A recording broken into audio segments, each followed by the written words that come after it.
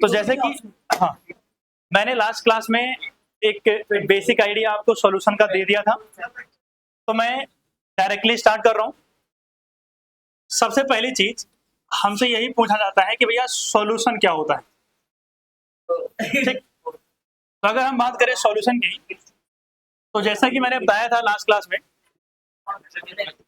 कि हमने मैटर का क्लासिफिकेशन दो तरीके से किया था, एक फिजिकल क्लासिफिकेशन और दूसरा क्या था, केमिकल क्लासिफिकेशन। और केमिकल क्लासिफिकेशन में हमें एक टाइप मिलता था मिक्सर, और मिक्सर के अंदर हमें एक टाइप मिलता था क्या, होमोजेनस मिक्सर। तो अगर हम सॉल्यूशन की बात करें तो सॉल्यूशन होता क्या है, होमोजेनस मिक्सचर होता है, होमोजेनस मिक्सर ऑफ टू और मोर कंपोनेंट्स। इंपॉर्टेंट बात कि वो सारे कंपोनेंट जो होना चाहिए विच आर नॉन रिएक्टिंग। सुना मेरी बात ध्यान से, कह रहा है सॉल्यूशन क्या है, दो या दो से ज्यादा कंपोनेंट्स को जब हम मिक्स करते हैं और उससे हमें जो मिक्सचर मिलता है वो होमोजेनस हो। और इंपॉर्टेंट बात कि जिन दोनों कंपोनेंट्स को हमने मिक्स किया है वो दोनों आपस में रिएक्शन नहीं करने चाहिए। अदरवाइज मान लेते हैं हमने कैल्शियम ऑक्साइड को मिक्स किया वाटर के अंदर, तो वो कैल्शियम हाइड्रोक्साइड बना देगा, एक नया कंपोनेंट बन गया, वो तो क्या हो गई, एक केमिकल रिएक्शन हो गई। मैंने शुगर को वाटर में मिक्स किया तो वहां दोनों ने रिएक्ट नहीं किया है आपस में, बस वाटर के अंदर जो स्पेस थी यानी इंटर एटॉमिक स्पेस या इंटरमोलिकुलर स्पेस जो थी, उस स्पेस के बीच में कौन जाके एडजस्ट हो गया है, शुगर के मॉलिक्यूल जाके एडजस्ट हो गए हैं, तो दोनों के बीच रिएक्शन नहीं हुई है। तो इंपॉर्टेंट बात, होमोजेनस मिक्सचर होगा और दो या दो से ज्यादा कंपोनेंट्स हो सकते हैं, और वो कंपोनेंट कैसे होने चाहिए, नॉन रिएक्टिंग होने चाहिए। अब मेरी बात सुनना, सॉल्यूशन के अंदर आपको दो चीजें देखने को मिलेंगी, एक मिलेगा सॉल्यूट और एक मिलेगा आपको सॉल्वेंट। मतलब एक कंपोनेंट जो होगा वो किसका होगा, सॉल्यूट का, एंड दूसरा क्या होगा, सॉल्वेंट। अगर हम बात करें बच्चे सॉल्यूट की, तो सॉल्यूट वो कंपोनेंट होता है जो कम क्वांटिटी में होगा, प्रेजेंट इन स्मॉल क्वांटिटी। इसकी क्वांटिटी क्या होगी, कम होगी। वेयर एज सॉल्वेंट जो होता है वो कैसे होगा, प्रेजेंट इन लार्ज क्वांटिटी। अच्छा, जब भी मैं कम या ज्यादा क्वांटिटी की बात कर रहा हूं, ये दोनों रिस्पेक्टिव वैल्यू, भैया कम किसके रिस्पेक्ट में, ये ज्यादा ये कम, आपस में ही ये दोनों एक दूसरे के रिस्पेक्ट में क्या होंगे, कम या ज्यादा होंगे। अगर हम बात करें बच्चे सॉल्यूट की, तो सॉल्यूट के लिए हम कुछ सिंबल्स इस्तेमाल करेंगे। जैसे अगर मैं कहीं बी लिख दूं, क्या लिख दूं, बी, मैं सॉल्यूट की बात कर रहा हूं, या मैं कहीं टू लिख दूं, इसका मतलब मैं किसकी बात कर रहा हूं, सॉल्यूट की बात कर रहा हूं। अगर हम सॉल्वेंट के सिंबल की बात करें तो इसके लिए भी हम सिंबल इस्तेमाल करेंगे ए या फिर 1, ए या फिर क्या इस्तेमाल करेंगे, 1 इस्तेमाल करेंगे। ठीक, यहां तक आप सबको क्लियर हो गया होगा। ठीक, अब जैसे मान लिया मैंने कहीं पर लिख दिया फॉर एग्जांपल WA, तो WA का मतलब क्या होगा, W मींस वेट, तो वेट ऑफ सॉल्वेंट की बात कर रहे हैं ना, ए का मतलब क्या, सॉल्वेंट। मैंने कहीं लिख दिया WB, इसका मतलब मैं किसकी बात कर रहा हूँ, वेट ऑफ सॉल्यूट की बात कर रहा हूँ। अगर मैं कहीं कैपिटल M के साथ A लिख दूं, तो capital M stand for molar mass, और A है तो मोलर मास किसका, सॉल्वेंट का।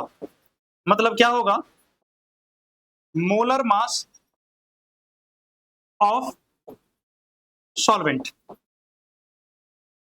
मैंने कहीं लिख दिया MB, इसका मतलब क्या होगा, molar mass of solute. Clear बात। इसके अलावा और क्या हो सकता है, इसके अलावा अगर मैं बात करूं तो वॉल्यूम ऑफ सॉल्यूशन, यानी अगर मैंने VS लिख दिया कहीं, S स्टैंड फॉर सॉल्यूशन, तो वॉल्यूम ऑफ क्या हो जाएगा, सॉल्यूशन। लेकिन अगर वहीं कहीं मैं VA या VB लिखता तो इसका मतलब आपको ऑलरेडी पता है, वॉल्यूम ऑफ सॉल्वेंट या वॉल्यूम ऑफ सॉल्यूट हो जाता। तो VA का मतलब क्या है? वॉल्यूम ऑफ सॉल्वेंट, और VB का मतलब क्या है? Volume of solute. क्लियर बात? और भी ऐसे बहुत सारे सिंबल्स आपको देखने को मिल सकते हैं, जरूरी नहीं कि बस यही देखने को मिले। जैसे ये रो जो सिंबल है ये किसका है? डेंसिटी का है। अगर मैंने रो S लिख दिया तो मतलब क्या है? Density of solution. क्या है ये? डेंसिटी ऑफ सॉल्यूशन है। क्लियर बात? कहां पर? V, हाँ V, वॉल्यूम वाला V। हाँ ठीक, क्लियर वाली बात यहां तक। तो आई थिंक सिंबल्स में आपको कोई दिक्कत नहीं होने वाली है कि सॉल्यूट कौन है, सॉल्वेंट कौन है, आप फॉर्मूले के अंदर हर जगह पर सिंबल देख के आइडेंटिफाई कर लोगे। क्लियर बात? हाँ हाँ, नोट करो फटाफट।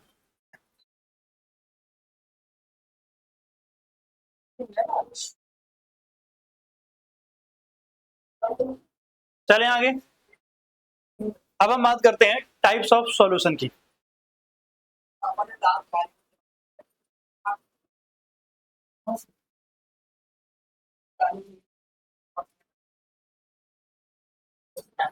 तो हेडिंग डालेंगे अब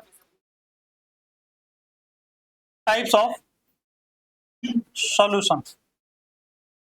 अब सुना ध्यान से, सॉल्यूशन के टाइप जब हम क्लासिफाई करते हैं तो हमारे पास क्राइटेरिया दो हो सकते हैं। हाँ ध्यान रखो, क्राइटेरिया कितने होंगे? दो। पहली क्राइटेरिया क्या है? ऑन द बेसिस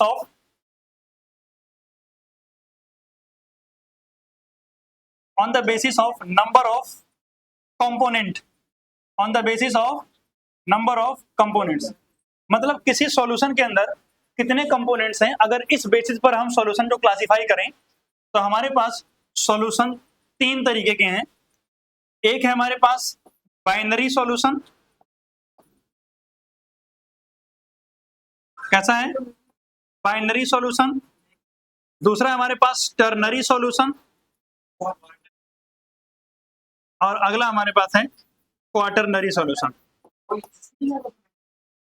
नहीं, ठीक।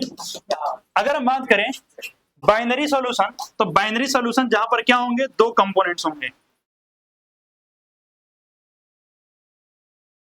Two components. ऑब्वियसली अगर आपको सॉल्यूशन बनाना है तो एटलीस्ट दो कंपोनेंट तो चाहिए होंगे, ठीक।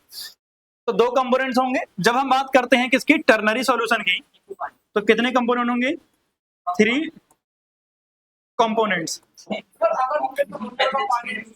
हाँ, क्वाटरनरी अगर बात करें तो कितने कंपोनेंट्स होंगे? हाँ शांत रहो, फोर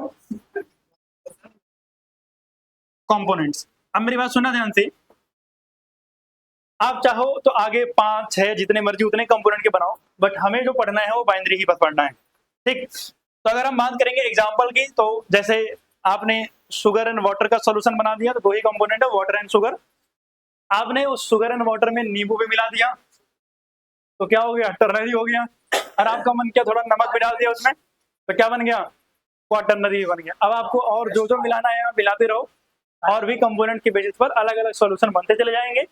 बट हमें जो पढ़ना है या हमारे जो सिलेबस में है वो कौन सा है? बाइनरी सॉल्यूशन है, ठीक। तो पहली बात तो क्लियर है कि on the basis of component solution के ये टाइप्स हो सकते हैं, बाइनरी, टर्नरी, क्वाटरनरी, ठीक है। आगे हम बात करते हैं। इसके बाद हमें क्लासिफाई करने का हमारे पास एक दूसरा मेथड है, वो है on the basis of physical state of solvent. यानी जो सॉल्वेंट है उसकी फिजिकल स्टेट कैसी है, उसकी फिजिकल स्टेट कैसी है उसके बेसिस पर। चलें आगे। और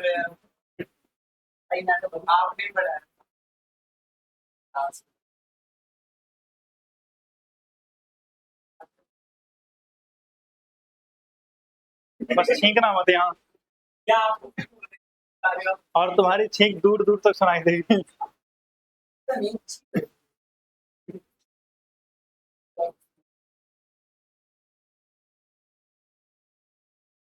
चलें आगे। हाँ, फर्स्ट बेसिस है। अगर हम बात करें तो हमारे पास दूसरा क्राइटेरिया क्या है? दूसरा क्राइटेरिया है on the basis of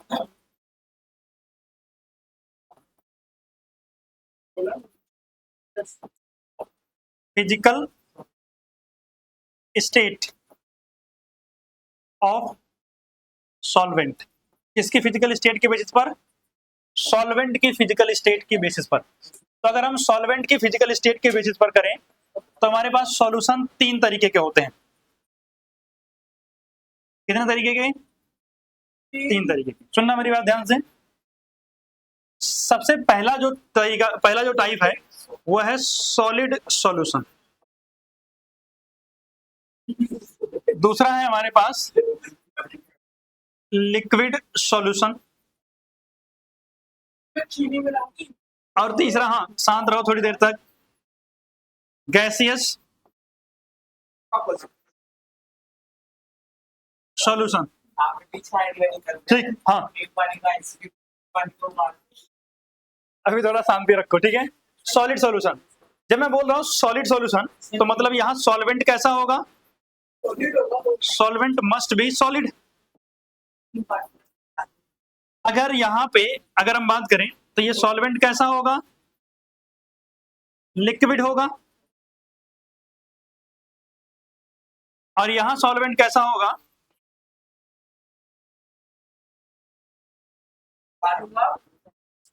gas में होगा। अब रही बात कि सॉल्यूट कैसे होंगे। तो अगर हम सॉल्यूट की बात करें तो सॉल्यूट सॉलिड भी हो सकता है, सॉल्यूट लिक्विड भी हो सकता है और सॉल्यूट गैस भी हो सकता है। यहां भी अगर हम बात करें तो सॉल्यूट के मेरे पास तीनों क्राइटेरिया है। सॉल्यूट में भी सॉलिड, सॉल्यूट लिक्विड हो सकता है और सॉल्यूट क्या हो सकता है? गैसियस हो सकता है। तुम चिंता मत करो, अभी लिखो, बताता हूं सब। क्लियर बात यहां तक? बात समझ गए?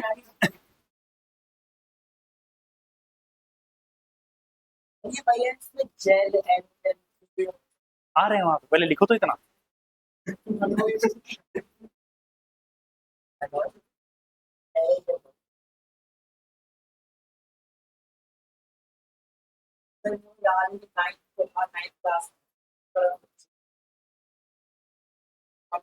फटाफट इसको नोट डाउन करो, बताते हैं।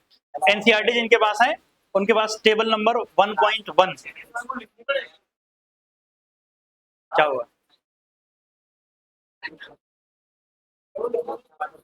नहीं लिखनी नहीं है, बस आपको शक्ल देखनी है उसकी, क्योंकि आता होता नहीं है पेपर में। हाँ, नहीं शक्ल एक बार देख लेनी चाहिए, बस नीचे हम लिख लेंगे। अच्छा, ये जो टॉपिक आपने लिखा है, हाँ शांत रहो, इसी के नीचे आप लोग लिख लोगे टेबल 1.1। अभी हम इसकी शक्ल देखेंगे, बट आपको आइडिया होना चाहिए कि हाँ एनसीईआरटी में टेबल बन रखी है इस टॉपिक पर, ठीक है।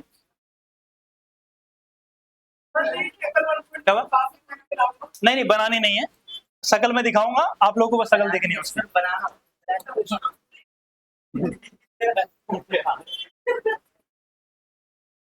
भैया कहना तेरी छूट लगी सच बताओ, गैस में कोका कोला वाला काम दे सकते हैं ना, कोका कोला और गैस, अगर लिक्विड गैस बहुत चीजों के महाराज जो गैसेस नहीं, सॉल्वेंट होना चाहिए। सॉल्यूट गैस होता है महाराज। ठीक, चलो।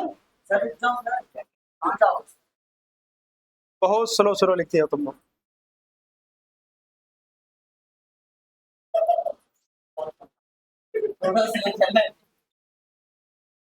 लिखो आराम से।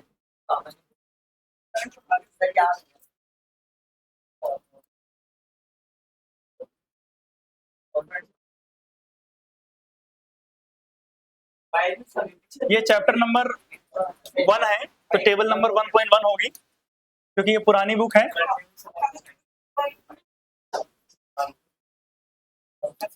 क्या हुआ? Solid state.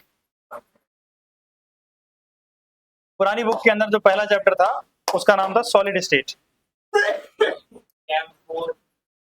आप सुनना जानते हैं? अगर हम बात करें तो यहाँ वही सारे दे रखे हैं कि type of solution gaseous solution है, तो सॉल्यूट गैस हो सकता है, लिक्विड हो सकता है, सॉलिड हो सकता है। लेकिन सॉल्वेंट आप देख रहे हो तीनों केस में क्या है? गैस ही है। लिक्विड सॉल्यूशन की बात कर रहे हैं तो सॉल्वेंट देखो लिक्विड ही है, लेकिन सॉल्यूट कुछ भी हो सकता है। सॉलिड सॉल्यूशन के अंदर ये कुछ भी हो सकता है, ये तीनों केस में क्या रहेगा, सॉलिड। अब जिन जनों को भी डाउट था, एग्जांपल्स यहाँ सबके लिए लिखे हुए हैं, जैसे mixture of oxygen and nitrogen, air है, वहां ऑक्सीजन नाइट्रोजन या सारी गैसेस का मिक्सचर है, वो कैसा सॉल्यूशन हो गए, गैसियस सॉल्यूशन, यानी गैस इन गैस। क्लोरोफॉर्म को नाइट्रोजन गैस के साथ मिक्स कर दो, तो अगर हम बात करें तो liquid in gas, chloroform liquid form में होता है और दूसरा क्या है, गैस के फॉर्म में। कैम्फर सॉलिड फॉर्म में होता है, नाइट्रोजन गैस के साथ मिक्स कर दो तो क्या हो जाएगा आपका, सॉलिड इन गैस। ऐसे ही oxygen dissolve in water, ethanol dissolve in water और glucose dissolve in water. Glucose जैसे शुगर ही ले लो, शुगर के अंदर क्या है, ग्लूकोज है, सॉलिड फॉर्म में है, और इथेनॉल लिक्विड फॉर्म में है, लिक्विड के अंदर डिजोल्व है, ऑक्सीजन गैस के फॉर्म में है, आपने लिक्विड में डिजोल्व कर दिया है। मतलब ओवरऑल आपको एक बेसिक आइडिया होना चाहिए इस टेबल का, और कुछ भी नहीं पढ़ना इसमें, ठीक।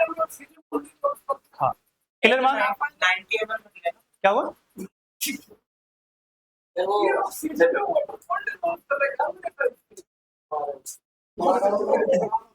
इधर इधर हाथ दिखाओ। अरे अभी बहुत बढ़िया चीजें याद आएगी, इधर दिखाओ, इधर दिखाओ। एक्वाटिक एनिमल्स ऑक्सीजन कहाँ से लेते हैं भाई, एक्वाटिक एनिमल्स ऑक्सीजन कहाँ से लेंगे, वाटर में से तो लेते हैं ना, और कार्बन डाइऑक्साइड को तो वाटर में ही वापस रिलीज करते हैं। इवन कार्बन डाइऑक्साइड की सॉल्युबिलिटी वाटर के अंदर ऑक्सीजन से कंपेयर में बहुत ज्यादा होती है, और ये बात इसने कहाँ पर रखी थी, क्लास 11 बायोलॉजी के अंदर, इसीलिए उसको मारा मैंने, ठीक।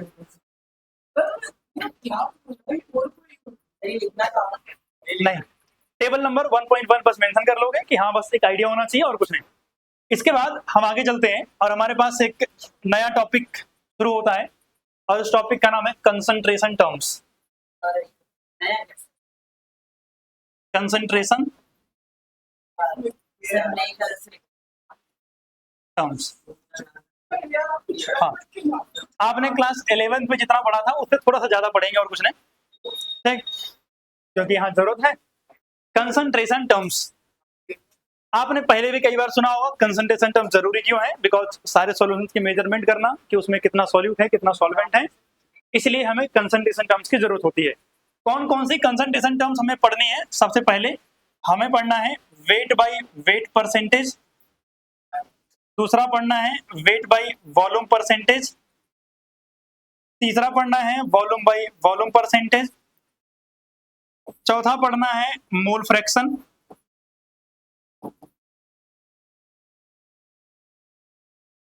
पांचवा पढ़ना है मोलारिटी, छठी टर्म्स पढ़नी है मोलालिटी,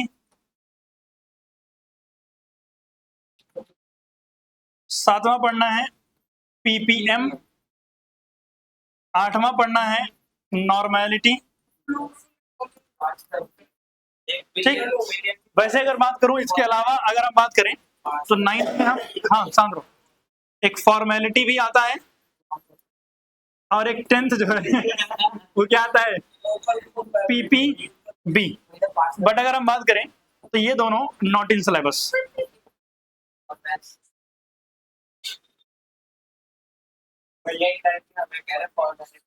समझ गए ना। तो एनसीईआरटी वालों ने फॉर्मेलिटी को नहीं रखी है, तो हमें जो समझना है, अच्छा अगर हम बात करें तो स्टार्टिंग से लेकर के 7th नंबर तक ये सब आपकी एनसीईआरटी में इसी चैप्टर में दिया हुआ है। नॉर्मेलिटी मेंशन नहीं किया हुआ है, लेकिन नॉर्मेलिटी का जिक्र अलग अलग चैप्टर में अलग अलग जगहों पर इस्तेमाल होता रहता है, तो वो भी हम सीखेंगे क्या होता है। तो इतनी सारी चीजें हमें समझनी है, तो एक एक करके स्टार्ट करते हैं। सबसे पहले समझना है वेट बाई वेट परसेंटेज का मतलब क्या होता है।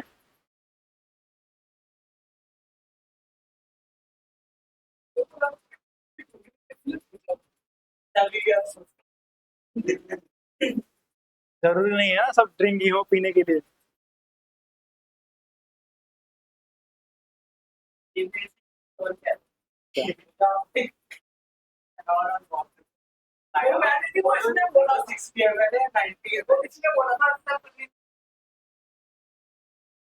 नालायक हो ना तुम लोग।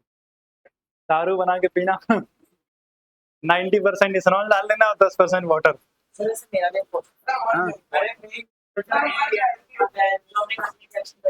हाँ। हाँ। जब अल्कोहल तो ऑरेंज और वो अल्कोहल है तो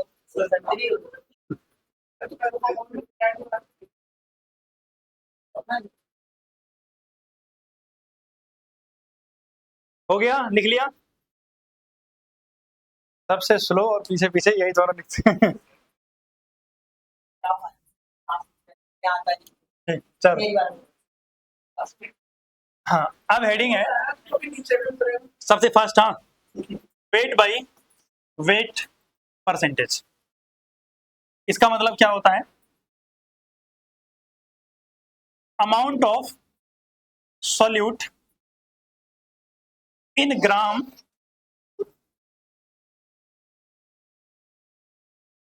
dissolved in 100 gram of solution. सुना जानते क्या कह रहा है कि 100 ग्राम ऑफ सॉल्यूशन के अंदर कितना सॉल्यूट प्रेजेंट है, ग्राम के अंदर कितना सॉल्यूट प्रेजेंट है, उसे क्या बोलते हैं? Weight by weight percentage. अगर मैं फॉर्मूले की बात करूं तो जो आप कभी इस्तेमाल नहीं करोगे वही फॉर्मूला लिख रहा हूं, वेट ऑफ सॉल्यूट अपॉन में weight of solvent plus weight of solute, और क्योंकि परसेंटेज है तो इंटू में क्या आ जाएगा? 100 आ जाएगा। ये हमारे पास फॉर्मूला आ गया है। इस फॉर्मूले से ज्यादा अगर हम बात करें तो जो चीज हम इस्तेमाल करने वाले हैं वो क्या है, एग्जाम्पल में जो मैं समझाने जा रहा हूं आपको, वो इसको ध्यान से अच्छे से समझ लेना क्योंकि ये जरूरी है। ठीक, जैसे मान लिया कहीं लिखा हुआ है 10% weight by weight aqueous solution of glucose. तो ध्यान से, मैंने क्या बोला? 10% weight by weight aqueous solution of glucose. तो इस शब्द का या इस लाइन का क्या मतलब निकलता है? सुना ध्यान से, अगर कहीं लिखा हो 10% weight by weight aqueous solution, इसका मतलब है कि 10 ग्राम, सुना डेफिनेशन सही है, अमाउंट ऑफ सोल्यूट इन ग्राम, तो 10% है तो 10 ग्राम, 10 ग्राम ऑफ ग्लूकोज। सोल्यूट कौन है यहाँ? सोल्यूट कौन है? ग्लूकोज है ना। तो 10 ग्राम ऑफ ग्लूकोज कितने में है? इन 100 ग्राम ऑफ सॉल्यूशन। ठीक, इसका ये मतलब हुआ कि sir weight of solute WB कितना है? सर 10 ग्राम है, सही बात है। सर WS यानी वेट ऑफ सॉल्यूशन कितना है? 100 ग्राम है। और सर WA यानी वेट ऑफ सॉल्वेंट कितना मिल जाएगा? सर सॉल्यूशन में सॉल्यूट एंड सॉल्वेंट दोनों होते हैं, तो मतलब 100 में से अगर मैं 10 माइनस कर दूं तो कितना मिल जाएगा? 90 ग्राम ऑफ दी। तो मतलब मुझे इस छोटी सी बात से क्या क्या इंफॉर्मेशन मिल गई? सॉल्यूशन का वेट, सॉल्वेंट का वेट और सॉल्यूट का वेट पता चल गया।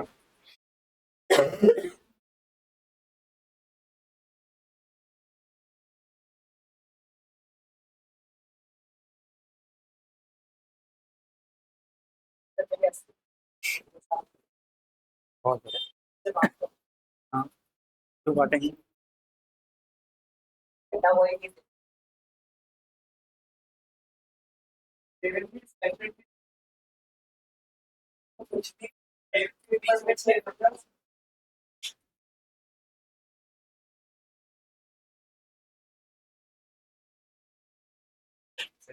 हो गया।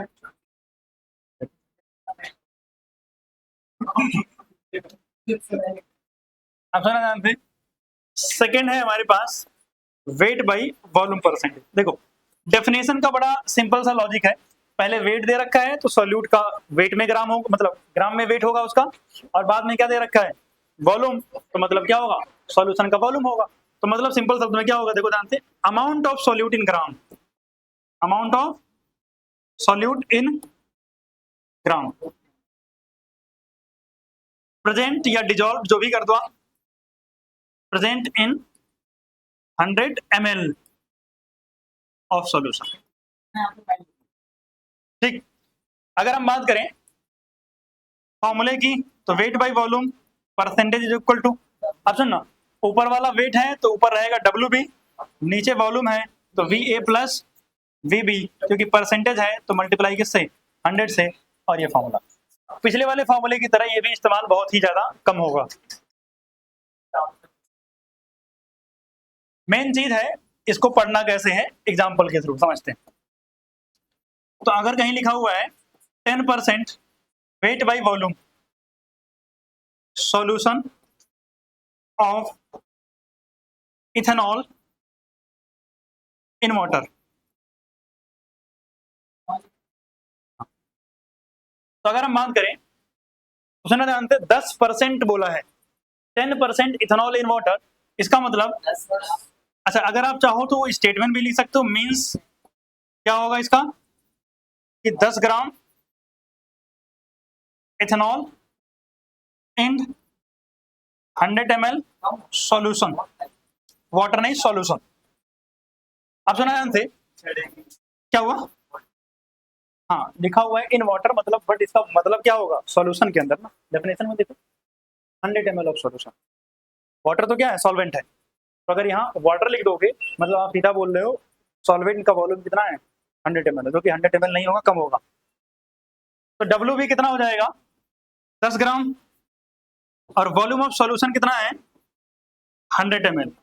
अच्छा आप बताओ क्या मुझे weight of solvent and solution पता है, नहीं ना, पता भी नहीं चल रहा है यहाँ से, तो वॉल्यूम सॉल्यूशन का पता है। तो अब अगर कहीं मुझे चाहिए हो वेट, तो आपको क्वेश्चन में क्या दिया होगा, डेंसिटी दी होगी, आपको पता है डेंसिटी से मैं वेट निकाल सकता हूं, और सॉल्यूशन का अगर वेट मिल गया तो फिर से सॉल्यूट सॉल्वेंट एंड सॉल्यूशन तीनों का वेट हमें मिल जाएगा।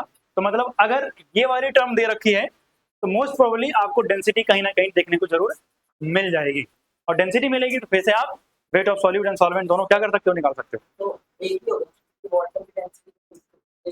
क्या सॉल्यूशन, सॉल्यूशन की बात कर रहे हैं, वाटर की तो कितनी होगी, एक ही होगी, जितना रहेगा उतना ही रह जाएगा, लेकिन अभी हम किसकी बात कर रहे हैं, सॉल्यूशन की, और सॉल्यूशन की डेंसिटी एक नहीं होती है, वो अलग अलग हो सकती है डिपेंडिंग अपॉन सॉल्यूशन। क्लियर बात, तो मतलब अगर मुझे डेंसिटी पता हो, वैसे अगर मैं बताऊं, चलो अगर मान लिया इफ डेंसिटी इज गिवन, अगर क्या हो डेंसिटी गिवन हो, तो डेंसिटी का फॉर्मूला होता है rho of S is equal to क्या होता है वेट ऑफ सॉल्यूशन अपॉन में वॉल्यूम ऑफ सॉल्यूशन। अब आप सोचो कि अगर आपको वेट ऑफ सॉल्यूशन निकालना है तो क्या करना पड़ेगा, डेंसिटी में मल्टीप्लाई कर देना है वॉल्यूम ऑफ सॉल्यूशन से, सही बात बोल रहा हूँ। और अगर आपको वेट ऑफ सॉल्यूशन निकल गया तो डब्ल्यू क्या हुआ,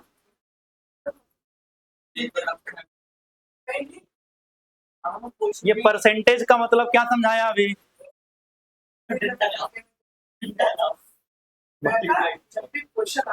हाँ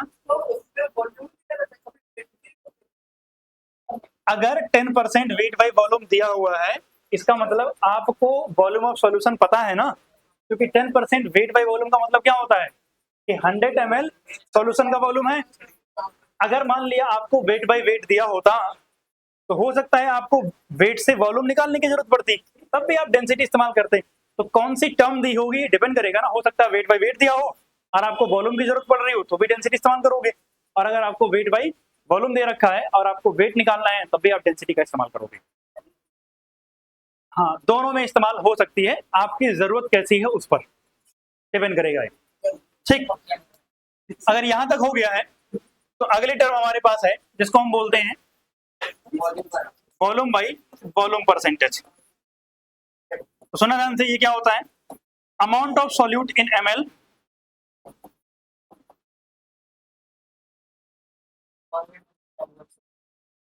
dissolved in 100 ml of solution, यानी 100 ml सॉल्यूशन के अंदर कितना ml सॉल्यूट डिजॉल्व है उसे क्या बोलते हैं, volume by volume percentage. Formula क्या होता है,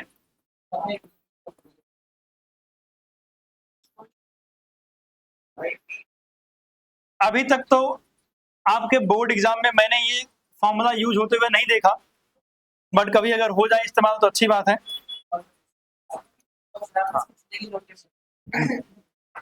आज तक आया नहीं है, बट अगर कभी आ जाए ठीक है, एनसीईआरटी में दे रखा है तो हमारा काम है पढ़ना।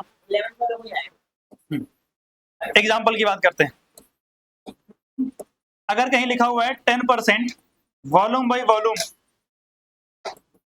एक्वस सॉल्यूशन ऑफ वही है इथेनॉल।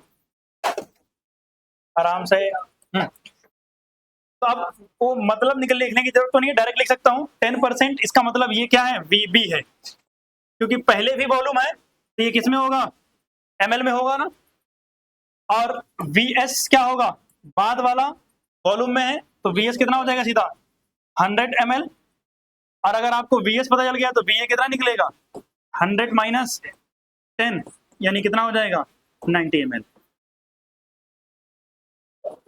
ठीक, तो ये हो गए हमारे पास 3 टर्म्स, जिसमें weight by wait percentage, weight by volume percentage and volume by volume percentage हमने देखा। क्या हुआ,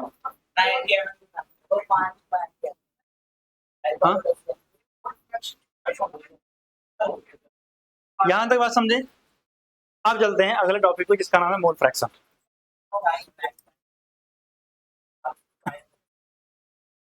आ जाएगा बिल्कुल, क्यों, चलो हाँ।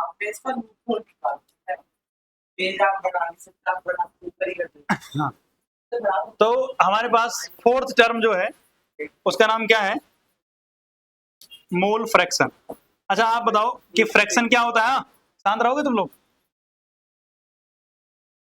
आप लोग बताना फ्रैक्शन का मतलब क्या होता है।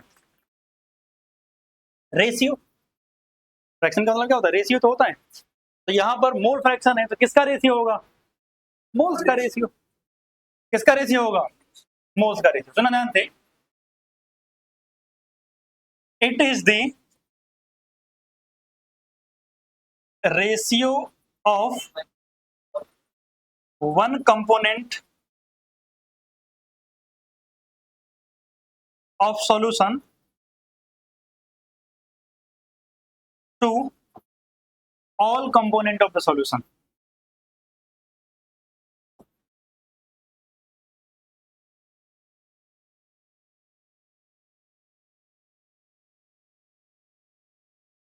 मतलब आपने वैसे भी देखा है, मान लिया ये मेरे पास ऐसे 3 टुकड़े हैं, एक को मैंने शेड कर रखा है, तो आपने बचपन में छोटी क्लास में पढ़ा होगा शेड रीजन निकालने का, कि 1/3 मतलब टोटल नीचे रखते हो और जिसको शेड किया उसको ऊपर रखते हो।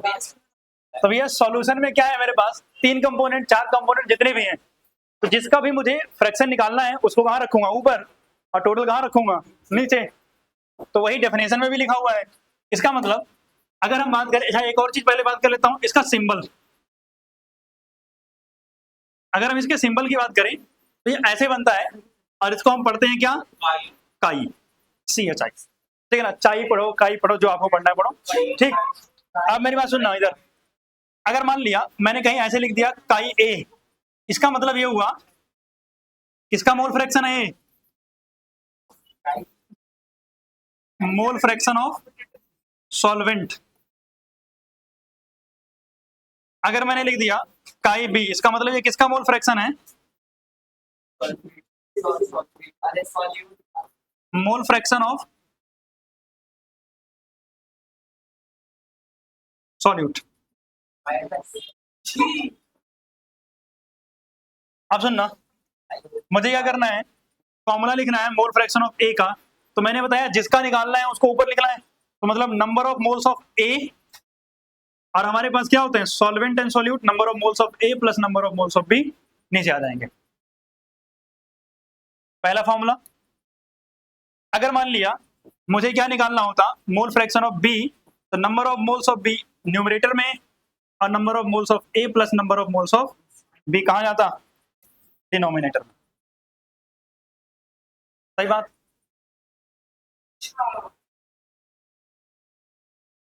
सही है। अब सुनना, अगर हम इन दोनों को ऐड कर दें तो कितना आ जाएगा, क्योंकि देखो दोनों का डिनोमिनेटर सेम है, तो न्यूमरेटर क्या हो जाएगा प्लस, तो Na प्लस NB, नीचे भी Na प्लस NB कितना आ जाएगा कट करके, A 1 आ जाएगा। तो मतलब mole fraction of A plus mole fraction of B is equal to कितना 1। मतलब अगर आपको किसी एक का मोल फ्रैक्शन पता है तो दूसरे का 1 में से माइनस करके आप निकाल सकते हो।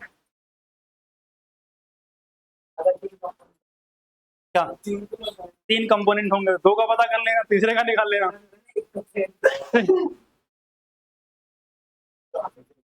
ठीक हो गया यहाँ तक।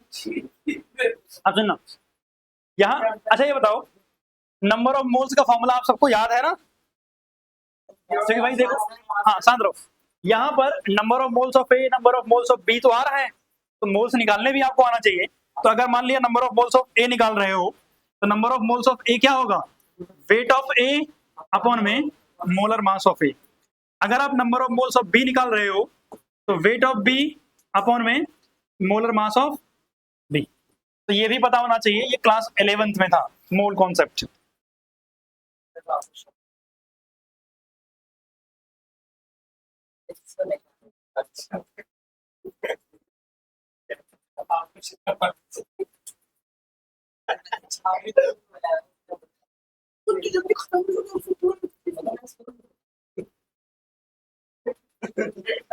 यहाँ तक की बातें हो गई, अच्छी बात थी। अब सुनो ध्यान से, ये सब फॉर्मूला आप इस्तेमाल करोगे जब तक आप सब्जेक्टिव क्वेश्चन सॉल्व कर रहे हो। अगर कभी आपके जीवन में ऑब्जेक्टिव क्वेश्चन सॉल्व करने की जरूरत पड़ी तो लिख लिया था ना यहाँ तक, तो आपको कुछ नहीं करना है। मैं क्या कह रहा हूँ, मोल फ्रैक्शन ऑफ बी को डिवाइड कर रहा हूँ मोल फ्रैक्शन ऑफ ए से। कोई समस्या? तो, अच्छा लिख दे रहा हूँ, चलो अपान ये लो। अगर मैंने डिवाइड किया तो क्या होगा? Number of moles of B upon में number of moles of A plus number of moles of B divide by number of moles of A and number of moles of A plus number of moles of B. अब आपको पता है ये बाद वाली चीजें cancel out हो जाएंगे, तो मेरे पास क्या मिला? Mole fraction of B upon में mole fraction of A is equal to number of moles of B upon में number of moles of A. सही बात है। अच्छा बताओ, नंबर ऑफ मोल्स का फॉर्मूला आपने क्या पढ़ा है अभी? वेट यानी डब्ल्यू बी अपॉन में एम बी। तो अगर मैं इसको और आगे मॉडिफाई करूं तो क्या हो जाएगा? Mole fraction of B upon में mole fraction of A is equal to, इसका फॉर्मूला होगा डब्ल्यू बी, और इसका मास, मोलर मास कहाँ आएगा? नीचे आएगा। सही बात। इनटू में एन ए का वेट कहाँ रहेगा? नीचे। एम बी एम ए कहाँ आएगा? नीचे। तो मूव करके कहाँ चला जाएगा? ऊपर। तो मेरे पास ये एक फॉर्मूला है, ये फॉर्मूला आप इस्तेमाल करोगे फॉर एमसीक्यूज। अब क्वेश्चन में क्या होता है, आपको वेट या परसेंटेज दिया होता है। अगर आप सब्जेक्टिव क्वेश्चन सॉल्व कर रहे हो तो आपको पूरा प्रॉपर प्रोसेस फॉलो करना है कि पहले मोल्स निकालने हैं, फिर उसके बाद मोल फ्रैक्शन निकालना है। लेकिन आपको अगर डायरेक्टली वेट वगैरह पता है तो एमसीक्यू के अंदर डायरेक्टली इसमें पुट करो, सीधा आपको क्या मिल जाएगा? रेशियो ऑफ मोल फ्रैक्शन मिल जाएगा, और रेशियो ऑफ मोल फ्रैक्शन से मोल फ्रैक्शन निकालना बहुत ईजी होता है, मिल जाएगा आपको तुरंत। ठीक, यहाँ तक की बात हुई, तो हमने समझ लिया कि मोल फ्रैक्शन क्या होता है। एक छोटा सा पॉइंट लिखोगे, टेम्परेचर इंडिपेंडेंट। टेम्परेचर इंडिपेंडेंट मतलब ये टर्म किस पे नहीं डिपेंड करती है? टेम्परेचर पे डिपेंड नहीं करती है। टेम्परेचर बदलने से मोल फ्रैक्शन नहीं बदलेगा। क्लियर बात?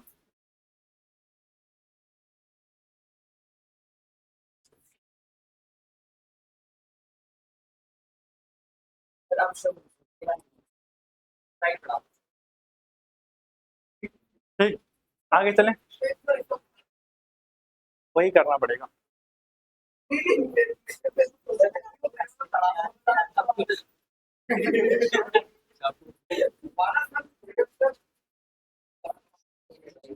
अगली टर्म है हमारे पास मोलैरिटी।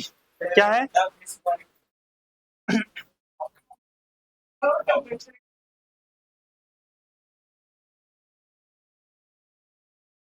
ये 5वीं टर्म, क्या नाम है इसका? मोलैरिटी। अब सुनना, ये बहुत इंपॉर्टेंट टर्म है। मतलब इस पूरे टर्म्स के अंदर जितनी भी हम कंसंट्रेशन टर्म पढ़ रहे हैं, दो टर्म्स बहुत ज्यादा इंपॉर्टेंट है, मोलैरिटी और मोलैलिटी। ठीक है ना? इसको बहुत अच्छे से समझेंगे हम। मेरे पास इसका सिंबल है कैपिटल एम। मोलैरिटी क्या होता है? Number of moles of solute in 1 litre of solution, यानी 1 लीटर सॉल्यूशन के अंदर कितने मोल्स है सॉल्यूट के, उसे हम क्या बोलते हैं बच्चे? मोलैरिटी बोलते हैं। क्या बोलते हैं उसको हम? मोलैरिटी बोलते हैं। अगर हम बात करें तो फॉर्मूला क्या मिलेगा मोलैरिटी का? Molarity that is capital M is equal to number of moles of solute का सिंबल NB, B मतलब सॉल्यूट और NB मतलब number of moles of solute, upon में वॉल्यूम ऑफ सॉल्यूशन। इंपॉर्टेंट बात है, सॉल्यूशन लीटर में है। किसमें है? लीटर में है, तो यहाँ लिख रहा हूँ इन लीटर। किसमें है? लीटर में। तो एक पहला फॉर्मूला तो हमारे पास ये मिल गया कि सर अगर मुझे वॉल्यूम और मोल्स डायरेक्ट दे रखे हैं तो हम डायरेक्ट ये वाला फॉर्मूला लगा सकते हैं। सही बात। अब हमें ये पता है कि sir number of moles of solute यानी NB जो होता है वो WB अपॉन में MB के बराबर होता है। तो अगर हम इसको यहाँ पुट कर दें तो capital M is equal to क्या आ जाएगा? WB अपॉन में MB कहाँ आ जाएगा? नीचे आ जाएगा, और इनटू में क्या? Volume of solution.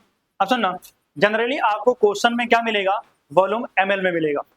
तो अगर आपको लीटर को ml में बदलना है तो क्या करना पड़ता है? 1000 से मल्टीप्लाई। तो अगर हमने क्या किया, इन ml इसको किया, तो यहां मुझे क्या करना पड़ेगा? 1000 से मल्टीप्लाई करना पड़ेगा। तो हमारे पास एक फॉर्मूला जो और बन के आ जाएगा वो क्या है?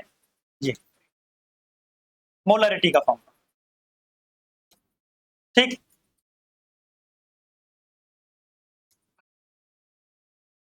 क्लियर हुई बात? तो मोलैरिटी का एक फॉर्मूला हमें ये मिल गया, जहां पर WB क्या है? वेट ऑफ सॉल्यूट है, MB क्या है? Molar mass of solute, VS क्या? वॉल्यूम ऑफ सॉल्यूशन, और 1000 तो एक नंबर है। ठीक, अगर हम बात करें इसकी SI यूनिट, कौन सी यूनिट? SI unit.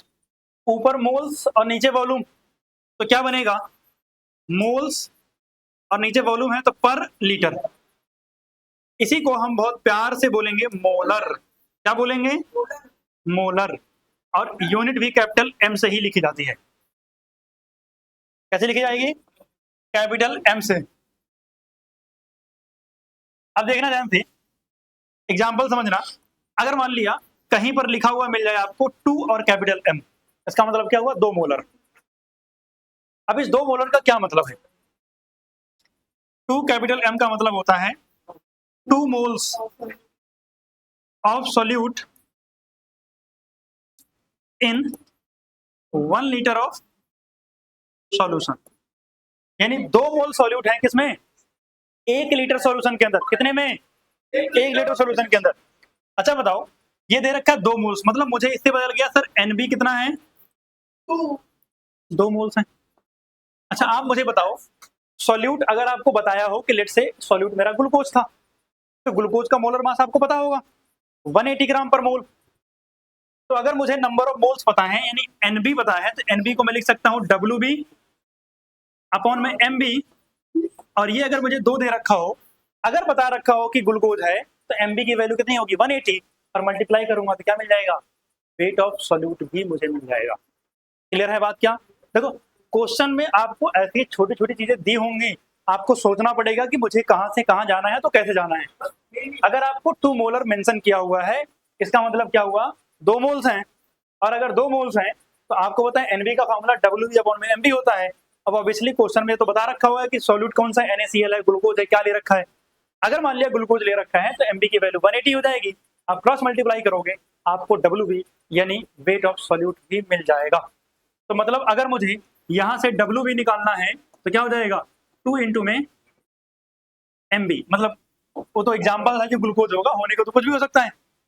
अब और सुनना, आपको क्या दे रखा है? वॉल्यूम ऑफ सॉल्यूशन कितना? 1 लीटर, यानी VS इज इक्वल टू कितना है? 1 लीटर, मतलब कितना? 1000 ml। अब सोचो, अगर क्वेश्चन में आपको डेंसिटी दिया होता तो आप क्या निकाल लेते? वेट ऑफ सॉल्यूट भी निकाल सकते थे, वेट ऑफ सॉल्यूशन निकाल सकते थे। अगर सॉल्यूशन का वेट मिल गया, सॉल्यूट का वेट पता है, तो सॉल्वेंट का भी तो वेट मिल जाएगा। मतलब फिर से हम वहीं आ गए कि हमने सारी चीजें निकाल ली है। इसके बाद अब चाहे जो भी पूछेगा, आप एक बार सोचो कि आपको ऐसे लिख के दे दिया 2 मोलर, और क्वेश्चन में दी दिया डेंसिटी, और आपसे पूछ रहा है मोल फ्रैक्शन। क्या पूछ रहा है? Mole fraction. अब आप सोचोगे कैसे जाएंगे वहां तक। अगर आपको ये पता है तो आपको पता है वहां तक जाने के लिए मुझे वेट ऑफ सॉल्यूट चाहिए और वेट ऑफ सॉल्वेंट चाहिए। तो मुझे यहाँ से वेट ऑफ सॉल्यूट मिल गया, यहाँ से weight of solution and solvent मिल गया, यानी अब मैं मोल फ्रैक्शन पे जा सकता हूँ क्योंकि जो रिक्वायरमेंट थी फुलफिल हो गई। इसलिए किसी भी टर्म्स को कैसे यूटिलाइज करना है वो भी समझ आना चाहिए। तो यहाँ से अगर हम डेंसिटी दिया हो तो क्या कर सकते हैं, अगर मैं WS निकालूंगा तो क्या हो जाएगा VS इंटू में डेंसिटी, और अगर मुझे WS मिल गया तो WA भी मिल जाएगा, यानी सारी चीजें पता चल जाएंगी। तो मैं मोल फ्रैक्शन भी इससे निकाल सकता हूं। आई होप यहां तक आप सभी लोगों को क्लियर हो गया होगा। अब क्वेश्चन मोलरिटी के बस यहीं तक सीमित नहीं है, इसमें दो और केसेस मिलते हैं कि डाइल्यूशन के बाद क्या होगा। अगर मान लिया दो सॉल्यूशन है, एक सॉल्यूशन की मोलरिटी कोई XYZ है, अच्छा हाँ जो पहले पढ़ रखे हैं उनको मैंने साथ लास्ट में पढ़ा रखा होगा, तो अभी यही पढ़ा रहा हूं मैं। तो अगर बात करें तो फर्क क्या है कि मेरे पास एक सॉल्यूशन है जिसकी मोलरिटी XYZ कुछ भी है, एक दूसरा सॉल्यूशन है उसकी भी मोलरिटी कुछ ना कुछ होगी। मैंने दोनों को मिक्स कर दिया और मिक्स करने के बाद नया सॉल्यूशन बन गया। अब मैं कह रहा हूं इस नए सॉल्यूशन की मोलरिटी क्या होगी, इस नए सॉल्यूशन की मोलरिटी क्या होगी। या फिर मेरे पास दूसरा है कि मेरे पास एक सॉल्यूशन पड़ा हुआ है, उसकी मोलरिटी कुछ भी है XYZ, मैंने उसमें पानी डाल दिया। अब जैसे ही पानी डाला तो वॉल्यूम बदला, और वॉल्यूम बदलेगा तो मोलरिटी भी बदल जाएगी। इसका मतलब जब मैं डाइल्यूशन करता हूं उसके बाद मोलरिटी के साथ क्या होगा ये भी पता करना है। सही बात है। तो ये दोनों चीजें समझते हैं। तो हमारे पास दो केस क्या क्या आते हैं, एक आता है कि molarity after dilution, molarity after dilution. हाँ लास्ट में तुमको लिखवा रखा होगा ना, कहां तक पढ़ा था तुमने, मैंने खाली। हाँ तो लास्ट में ऐड कर लो। अब इधर देखो मोलरिटी आफ्टर डाइल्यूशन, समझना इसको ध्यान से समझना। फॉर्मूला तो आप सबने पढ़ा होगा लेकिन एक बार समझ लेते हैं फॉर्मूला कैसे आया।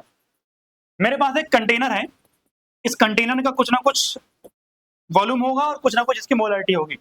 लेट से मान ले रहा हूं इसकी मोलरिटी क्या है M1 है, कितनी है M1, और इसका वॉल्यूम कुछ भी होगा तो मान लेते हैं इसका वॉल्यूम V2 है, सॉरी V2 करो V1। ठीक है, मैंने इसमें क्या किया वाटर ऐड कर दिया, मतलब इसको क्या कर दिया डाइल्यूट कर दिया। तो जब मैंने इसको डाइल्यूट किया तो क्या हुआ, इसकी मोलरिटी भी बदल गई और इसका वॉल्यूम भी बदल गया, क्योंकि भैया आप अगर डाइल्यूट करोगे तो ऑब्वियसली कंसंट्रेशन तो बदल जाएगी और वॉल्यूम तो डेफिनेटली बदलेगा क्योंकि वॉल्यूम ही तो ऐड कर रहे हो। तो मैंने मान लिया बाद में M2V2 हो गया। आपने बड़ा सिंपल सा रिलेशन पढ़ा होगा M1V1 is equal to M2V2, लेकिन ये कैसे आया है इसको समझते हैं। अच्छा आप बताओ इसमें सॉल्यूट रहे होंगे, तो अगर मैं बात करूं तो इसमें Ma है M1 है, तो M1 का फॉर्मूला क्या होगा NB1 ऐसे मान लो चलेगा, अपॉन में क्या होगा B1 होगा वॉल्यूम ऑफ सॉल्यूशन। अगर मैं NB1 यानी number of moles of solute निकालूं तो क्या जाएगा M1 इंटू में V1 आ जाएगा। सही बात, M1 इंटू में V1 आ जाएगा, आया कि नहीं आएगा, क्रॉस मल्टीप्लाई बस किया है। तो नंबर ऑफ मोल्स ऑफ क्या मिल गया B मतलब सॉल्यूट। अब सुनना ध्यान से यहाँ पे, अगर मैं यहां निकालूंगा तो भी मुझे NB2 कैसे मिलेगा M2 इंटू में V2। अब मेरी बात सुना ध्यान से, लेट से मान लिया मैंने इसमें 1 मोल NaCl डाला था, 1 मोल NaCl पहले था इसमें, ठीक, मैंने इसमें पानी डाल दिया तो क्या NaCl का अमाउंट बदल जाएगा, 1 मोल था तो 1 ही मोल रहेगा, उसमें तो मैंने कोई चेंज ही नहीं किया। मतलब अगर ये NbNaCl है तो इधर भी तो NbNaCl ही होगा, अगर इधर 1 मोल था तो इधर भी कितना होगा 1 ही मोल होगा, मतलब दोनों जगह पे इसकी वैल्यू क्या होगी बराबर होगी। तो मुझसे ये पता चला कि भैया डाइल्यूशन में मैं वाटर ऐड कर रहा हूं लेकिन मैं सॉल्यूट में तो कोई चेंज नहीं कर रहा हूं, सॉल्यूट जितना था उतना ही रहेगा। तो इससे मुझे मिला कि sir NB1 is equal to NB2, और मुझे पता है NB1 क्या है M1V1 है और NB2 क्या है M2V2 है, इसलिए मेरे सामने ये फॉर्मूला बन के क्या आ गया M1V1 इज इक्वल टू क्या, अरे बड़ा छोटा नहीं है वही कैपिटल वाला ही। हाँ सोच सोच पे डिपेंड करता है, एक काम करता हूँ मैं सही से लिख देता हूँ M1V1 is equal to M2V2। अब तो क्लियर है ना कि कैपिटल में है, भावनाएं समझा करो। सर आपने मेरी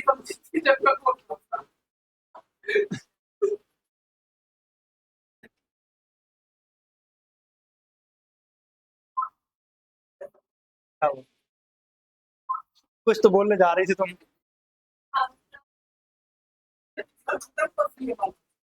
डाइल्यूशन खत्म हुआ, अब बात करेंगे मिक्स। एक और चीज छोटा सा, मिक्सिंग। मतलब अभी हमने डाइल्यूट किया है, अब अगर हम मिक्स कर दें तो क्या होगा? Polarity में ही है ना। हाँ, मोलरिटी। मैं तो भाग नहीं रहा हूँ, मैं तो रुका हुआ हूँ।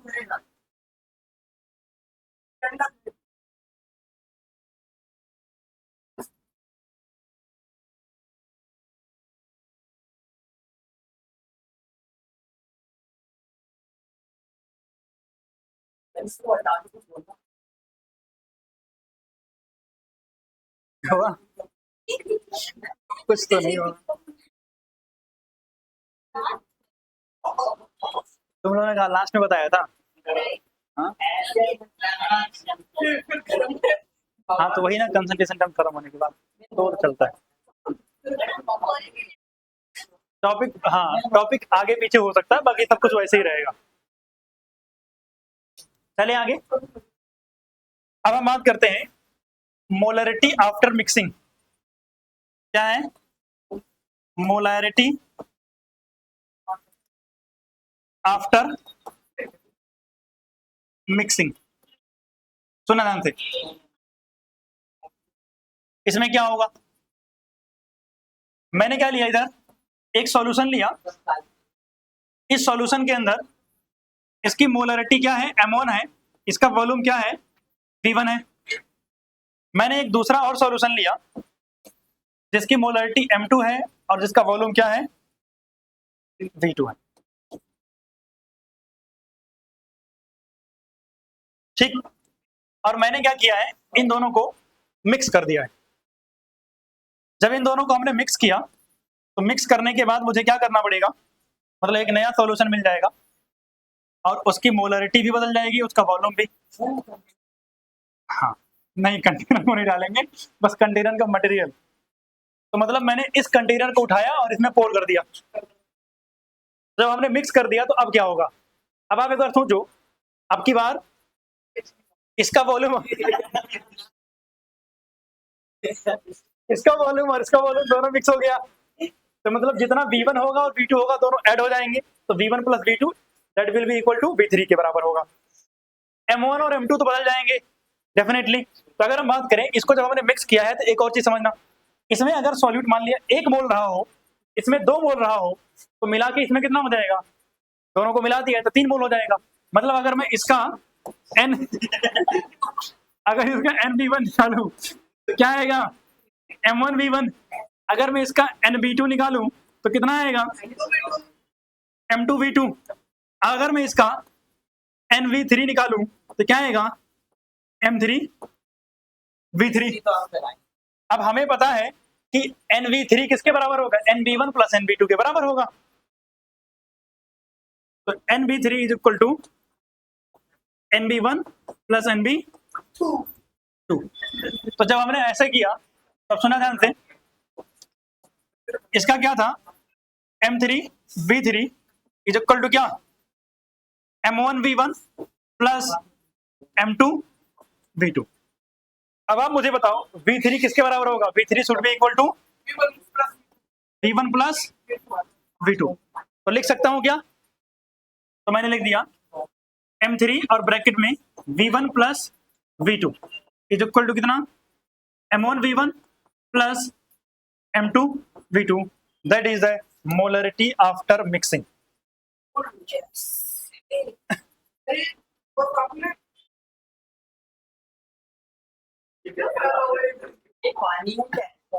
ठीक।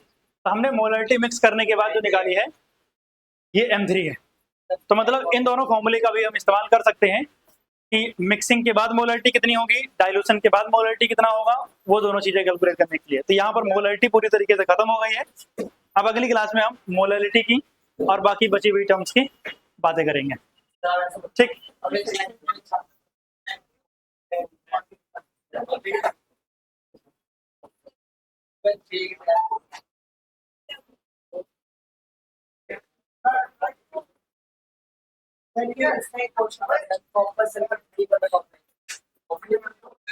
हाँ, वाटर के अंदर कलर होता है। है